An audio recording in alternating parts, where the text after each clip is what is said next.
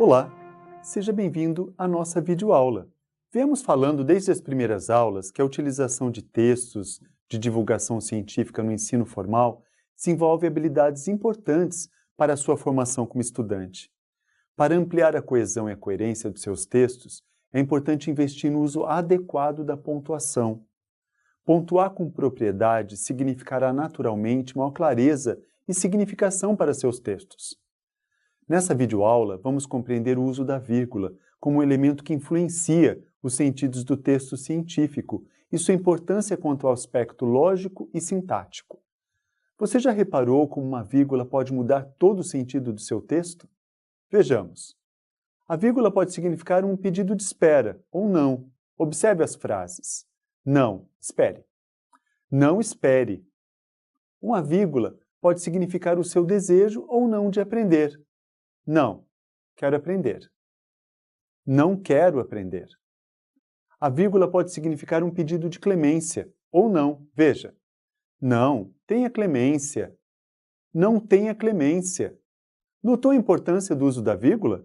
Como se vê, o que importa na discussão sobre o emprego da vírgula é o seu domínio sobre esse recurso para a obtenção dos significados que você pretende para o seu texto, utilizando a vírgula como um meio fundamental de clareza em seus textos científicos.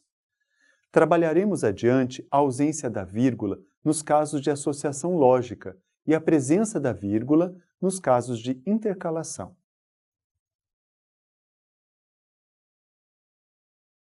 A associação lógica entre as palavras pode ser compreendida como uma regra básica da pontuação. Atente-se que se de duas palavras vizinhas estiverem em associação lógica, não poderá ocorrer vírgula. Essa regra é básica e oferece explicação quanto à ausência da vírgula entre alguns termos da oração. Veremos 4 casos relacionados a essa regra. Retirarei os exemplos de textos científicos. Acompanhe. Não se separa o sujeito do predicado. No artigo científico escrito por Baines, que trata sobre a causa indígena dos Waimari Atroari na Amazônia, podemos observar nesse pequeno trecho que não há ocorrência de vírgula entre sujeito e predicado, pois são termos inseparáveis. Observe. A empresa entregou-lhes as casas em 1988. A empresa é o sujeito da oração. Entregou-lhe as casas é o predicado. O exemplo ilustra bem a não ocorrência da vírgula nesse enunciado, pois sujeito e predicado não se separam jamais. Independentemente do teor do seu texto, não se esqueça dessa dica. Não se separa o nome do seu complemento nominal. Avance escreveu um artigo em 2007 para a Academia para refletir sobre a questão da autoestima dos adolescentes. Note nesse enunciado retirado da pesquisa que não há ocorrência de vírgula entre um nome, substantivo abstrato, adjetivo ou advérbio, e um complemento nominal, pois estes termos são inseparáveis. Veja. No conjunto, eu estou satisfeito comigo. Não ocorreu o uso da vírgula, pois o termo satisfeito é um nome, no caso um adjetivo, que está posicionado ao lado do complemento nominal comigo. Por essa razão está adequada a ausência da vírgula, afinal os termos estão em associação lógica. Não se separa o verbo do seu complemento verbal. No artigo científico escrito por Batista sobre as planárias terrestres, notamos que não ocorre vírgula entre os verbos localizar e apresentar, e seus complementos no trecho. O Parque Nacional dos Aparados da Serra localiza-se na borda oriental do Planalto das Araucárias e apresenta área de 10.250 hectares. Observe que, por estar em associação lógica, não ocorre vírgula entre o verbo e os complementos verbais no enunciado. Não se separa o adjunto adnominal do núcleo do sujeito. Stefanello, ao discorrer sobre os objetivos de sua pesquisa científica em seu artigo acerca do estresse no esporte, não utilizou vírgula entre o adjunto adnominal e o núcleo do sujeito da oração. Observe. Este estudo pretendeu analisar as situações geradoras de estresse aos atletas nas etapas do Circuito Mundial 2004, que antecederam sua participação nos Jogos Olímpicos de Atenas. Atente-se que o sujeito denunciado é este estudo e o predicado é a continuidade de todo o trecho. Ao analisar o sujeito, observamos que o núcleo é a palavra estudo e a única palavra que determina esse termo é a palavra este, considerada seu adjunto adnominal. Em latim, o termo ad significa ao lado. Note que adjunto adnominal é, portanto, um elemento que se coloca ao lado do núcleo do sujeito. O termo este é adjunto adnominal e o termo estudo é um núcleo do sujeito da oração.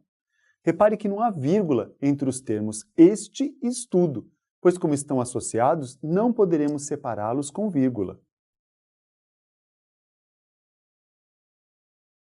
A próxima regra geral que veremos é a intercalação.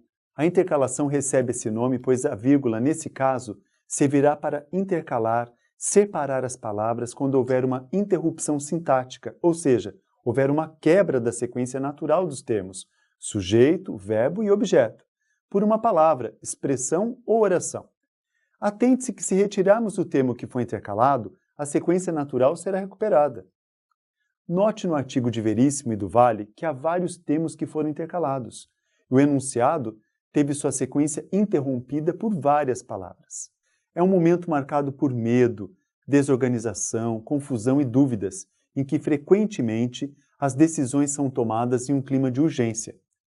Se retirarmos os termos intercalados, o enunciado ficaria assim: é um momento marcado por medo em que as decisões são tomadas em um clima de urgência. Observe que, para melhor descrição dos argumentos dos autores, alguns substantivos abstratos e um advérbio foram utilizados para oferecer ainda mais peso ao texto, uma excelente ferramenta de coesão. Veja agora os principais casos de intercalação em textos científicos. Conjunção intercalada. Observe o exemplo. Trata-se, portanto, de uma mudança cultural especialmente importante no Brasil, pois implica a derrocada de valores e costumes arraigados entre nós, decorrentes de vários fatores historicamente definidos por nosso longo período de escravidão. Note que a conjunção, portanto, está retomando a ideia de conclusão dos argumentos que foram utilizados por Benevides em seu artigo sobre educação e direitos humanos, e encontra-se fora do seu lugar habitual, que é no início da oração. Como se encontra intercalada, está colocada entre as vírgulas. Adjunto adverbial intercalado. Ao utilizar adjuntos adverbiais, devemos colocá-los sempre como os últimos elementos do enunciado. Em seu artigo, Souza utilizou um adjunto adverbial de lugar no início da oração. Observe que adequadamente utilizou vírgulas. Se, no mar territorial, o Estado costeiro exerce soberania ou controle pleno sobre a massa líquida, assim será no espaço aéreo sobrejacente, bem como sobre o leito e o subsolo deste mar. Oração ou frases intercaladas. Observe agora a frase intercalada no artigo de Diniz sobre o direito de família. Note que a informação intercalada ganhou destaque quanto ao fato que foi anunciado. A obra continua apresentando quadros sinóticos ao final de cada capítulo, além de farta indicação da jurisprudência, fatores que facilitam o estudo e a pesquisa e valorizam ainda mais essa primorosa coleção. Aposto explicativo intercalado. Observe o exemplo. O ASO corante Direct Red 23 CI 29160, usado sem purificação prévia, foi gentilmente doado pela Químico S.A.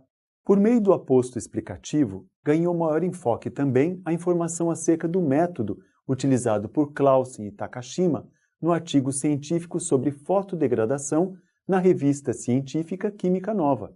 Em todos os exemplos, se retirarmos o termo intercalado, a ordem natural estará mantida, mas a informação adicional que é relevante para o leitor estará perdida.